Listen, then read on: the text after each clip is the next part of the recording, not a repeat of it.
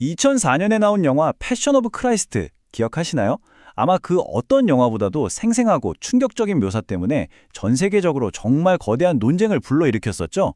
오늘 이 시간에는요, 이 영화를 단순히 성경 이야기로만 보는 게 아니라 하나의 거대한 종교 예술 작품으로서 어떻게 바라봐야 하는지 그 깊은 카톨릭적 시선을 한번 따라가 보려고 합니다. 우선 이 영화가 얼마나 큰 파장을 일으켰는지부터 짚고 넘어가야겠죠. 이건 그냥 영화 한 편이 아니었어요.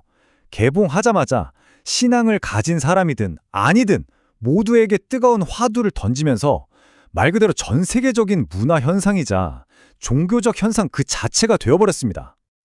자, 그럼 이 영화가 가진 여러 겹의 의미를 함께 벗겨볼까요? 먼저 이 영화가 정말 단순한 성경 재현극인지 그 정체성부터 살펴볼 거고요. 이어서 성경에는 없는데 영화에는 나오는 장면들이 있거든요. 그 출처를 한번 따라가 보겠습니다. 그리고 왜 그렇게까지 고평을 잔혹하게 묘사했는지 그 신학적인 의미를 짚어본 다음 마지막으로 예술과 신앙 사이에서 이 영화가 우리에게 던지는 질문은 과연 무엇인지 생각해보면서 마무리하겠습니다. 그럼 이 영화가 우리가 흔히 봐왔던 다른 성경 영화들이랑 근본적으로 다른 점은 뭘까요? 그 답은요, 우리가 아는 성경 이야기, 바로 그 너머에 있습니다. 이 영화를 제대로 이해하는 가장 좋은 방법은요, 이걸 역사 다큐멘터리처럼 보는 게 아니에요. 대신에 마치 거대한 성당벽에 그려진 프레스코화를 보듯이 관객이 그 장면 하나하나를 깊이 생각하고 묵상하도록 초대하는 하나의 거대한 종교 예술 작품으로 감상하는 겁니다. 물론 영화의 기본 뼈대는 4개의 복음서가 맞습니다. 하지만 단순히 성경 구절을 글자 그대로 화면에 옮긴 게 아니라는 거죠. 이건 오히려 수백 년 동안 이어져 온 카톨릭의 신학과 전통적인 묵상을 스크린 위에 그대로 펼쳐낸 하나의 시각적인 신앙 고백이라고 보는 게 더 정확합니다. 그렇다면 이 가톨릭 전통의 시각화라는 게 구체적으로 뭘까요? 그 핵심은 바로 성경 본문에는 직접 나오지 않는 장면들에서 찾아볼 수 있습니다. 이 영화의 이야기 구조를 떠받치는 핵심적인 틀이 있는데요. 바로 카톨릭의 아주 오래된 기도 전통인 십자가의 길, 다른 말로 14처 기도입니다. 이 14개의 묵상 단계가 영화의 전체적인 흐름을 이끌어가는 거죠. 예를 들면 이런 장면들이요. 예수님이 십자가를 지고 가시다가 어머니 마리아와 마주치는 장면, 또 베로니카라는 한 여인이 다가와서 피땀으로 얼룩진 예수님의 얼굴을 닦아주는 그 가슴 아픈 순간들. 사실 이 두 장면은 복음사에 기록된 내용은 아니에요. 하지만 십자가의 길 기도에서는 아주 핵심적인 부분들이죠. 영화는 바로 이 장면들을 생생하게 살려내서 관객이 그냥 구경만 하는 게 아니라 그 고통의 여정을 함께 묵상하도록 이끌고 있는 겁니다.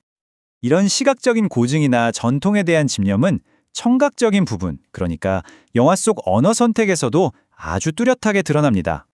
이 영화의 가장 과감한 선택 중 하나가 바로 아람어와 라틴어, 지금은 아무도 쓰지 않는 죽은 언어를 그대로 사용했다는 점이에요. 현대 관객에겐 당연히 낯설죠. 하지만 자막으로 영화를 보게 만들면서 우리를 그 시대의 역사적 현실 속으로 그냥 완전히 던져 넣어버리는 그런 효과를 가져옵니다.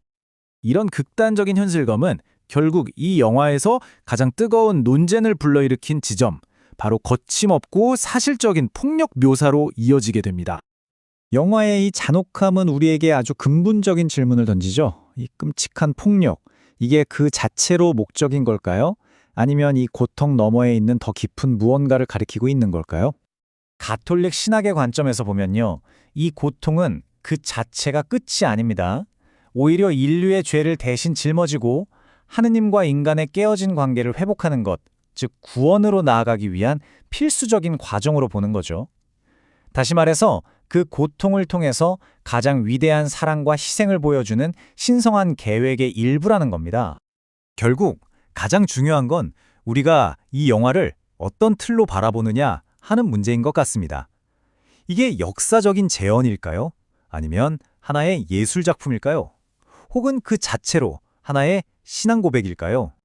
바로 이 지점에서 영화의 두 가지 역할이 뚜렷해집니다. 신자들에게는 기도를 돕는 아주 강력한 시각적 도구가 될 수 있고요. 신앙이 없는 사람들에게는 신앙의 본질이 대체 무엇인지에 대해 깊은 대화를 시작하게 만드는 하나의 출발점이 될 수도 있는 거죠.